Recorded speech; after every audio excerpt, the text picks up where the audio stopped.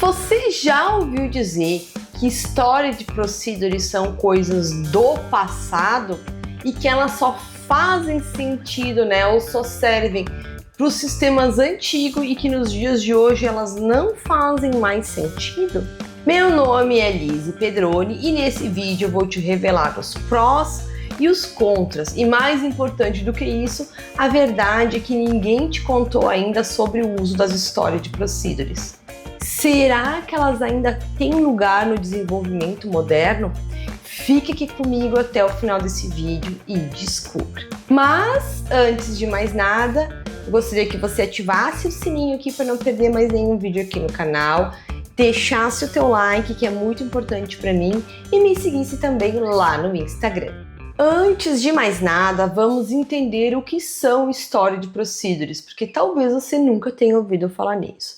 Storage Procedures, elas são blocos de código escritos na linguagem SQL e que ficam lá armazenados diretamente no banco de dados. E elas podem realizar das mais diversas tarefas necessárias a um sistema, uma aplicação, a qualquer coisa. Ela pode fazer qualquer tipo de operação, somar, dividir, fazer soma, enfim, imagina que é um programa, um algoritmo escrito em SQL, armazenado dentro do banco de dados.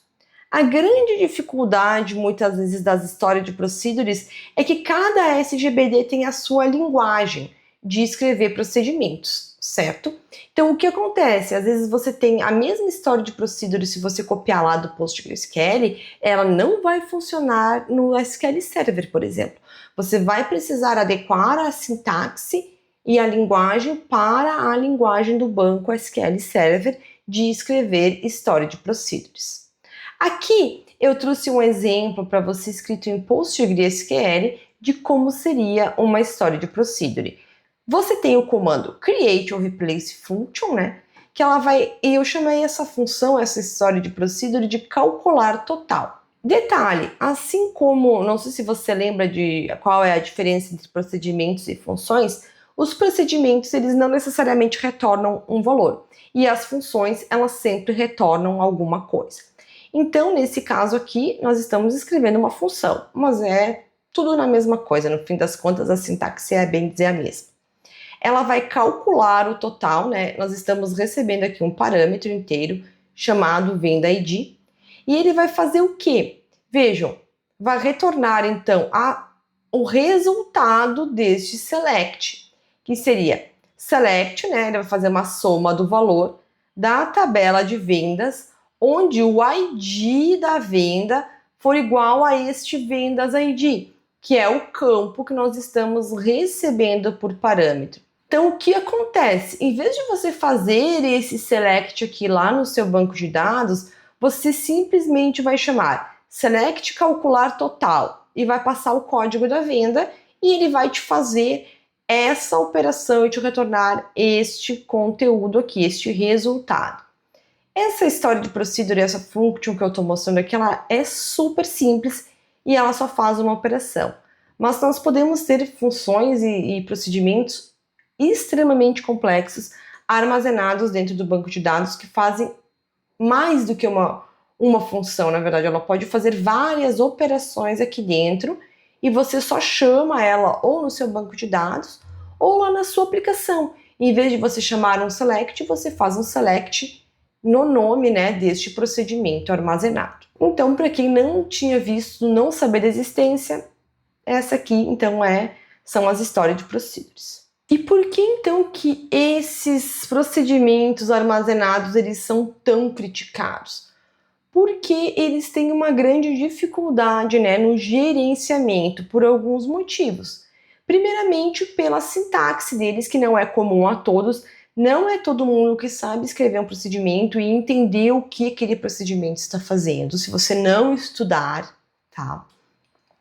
Outra coisa, a lógica, quando as pessoas... o que acontece também, que a lógica está ali armazenada dentro do banco de dados. Então imagine que essa operação ela seja uma operação crítica para o seu sistema, para a sua aplicação. E você precisa fazer uma alteração. Fica mais difícil de fazer essa alteração em produção quando você tem que alterar, né, um procedimento. E também você, digamos que você é o DBA e você está alterando esse procedimento, você não tem muita, digamos assim, noção de quantos lugares estão utilizando ele que pode, né, dar algum problema. A segunda causa de crítica é que fica o sistema ou a aplicação, quando ela tem todos os seus procedimentos muito ali escritos dentro do banco de dados, gera uma certa dependência daquele SGBD em questão. Ou seja, isso dificulta a migração para outros SGBDs, porque a sua aplicação fica ali amarrada naquele banco específico. Supondo que você tenha hoje a sua aplicação no PostgreSQL e você tenha todas as suas regras de negócio do seu aplicativo ou do seu sistema escritas dentro do banco de dados, certo? O que vai acontecer? Se você quiser migrar para um SQL Server, por exemplo, você não vai poder simplesmente copiar aquelas regras e colar lá no SQL Server. Não vai funcionar, você vai precisar reescrever tudo isso. E o terceiro ponto que as stories de procedures são muito criticadas é que, fazendo dessa forma, a lógica e os dados eles ficam misturados, o que contraria as práticas modernas, né, que pregam a separação das responsabilidades. Ou seja, a lógica de negócio deve estar lá na aplicação e o banco de dados ele deve armazenar os dados apenas. E quando a gente começa a misturar tudo isso, certamente vai gerar algum tipo de problema no futuro. Mas então, quando que usar as stories de procedures fazem sentido? Eu diria assim, quando você tem alguma operação que precisa de uma grande performance, ou então que lide com um grande volume de dados, sim, é interessante você usar as stories de procedures. Por quê? Ela vai eliminar, né, aquela latência, aquela perda de tempo, digamos assim, de comunicação entre a aplicação e o banco de dados. Porque o SGBD vai receber lá sua requisição, vai usar ali dentro do própria máquina dele, né, dentro daquele banco de dados, digamos, dentro daquele servidor, ali mesmo ele vai fazer todo o processamento dessas operações deste grande volume de dados e vai retornar o resultado para a aplicação.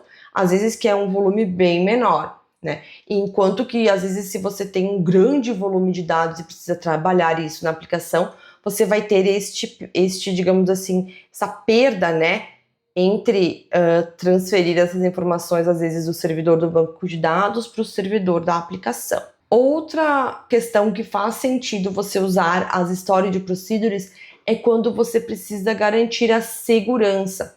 Você precisa garantir que só alguma pessoa execute aquela operação. Aí é interessante você usar uma story de procedure com um usuário específico, claro, porque ela vai conseguir encapsular operações que são sensíveis, ou seja, você vai tratar estes dados sensíveis dentro do próprio banco de dados e só vai retornar e trafegar pela rede a informação já pronta que você precisa.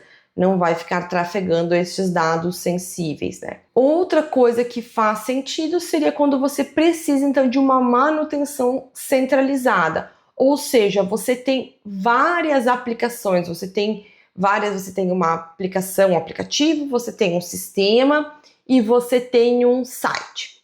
Esses três pontos, eles fazem operações comuns e você precisa que essa operação seja idêntica em cada uma delas, né? E supondo que o aplicativo foi desenvolvido pela empresa A, o site pela empresa B e o sistema pela empresa C. Se você quer garantir que aquele procedimento, aquela operação seja executada exatamente da mesma forma pelos três, você pode criar uma procedure no banco de dados que faça isso e esses três locais vão apenas chamar o procedimento armazenado e não vão precisar lidar com esta lógica. Você foi lá e construiu, né? Você, o responsável, construiu esse procedimento e está garantindo que quem for precisar dessa operação vai ter sempre o mesmo resultado. Além do que, se você precisar mudar alguma coisa na lógica dessa aplicação, você muda em apenas um lugar. E as três outras fontes geradoras ali, né, da origem, vão continuar só chamando e usando da mesma forma. Então, qual seria o veredito final aqui do nosso vídeo? As stories procedures são passadas ou ainda são relevantes, né, nos dias atuais? Eu acredito assim, no meu ponto de vista, quando você usa APIs e microserviços, é preferível manter toda a lógica na aplicação. Mas, se você usa muitos dados, né, dados massivos, um grande volume de dados para realizar algumas operações, as stories procedures ainda são úteis, né, ou então também para dados sensíveis, né, da questão de segurança, ainda são muito úteis.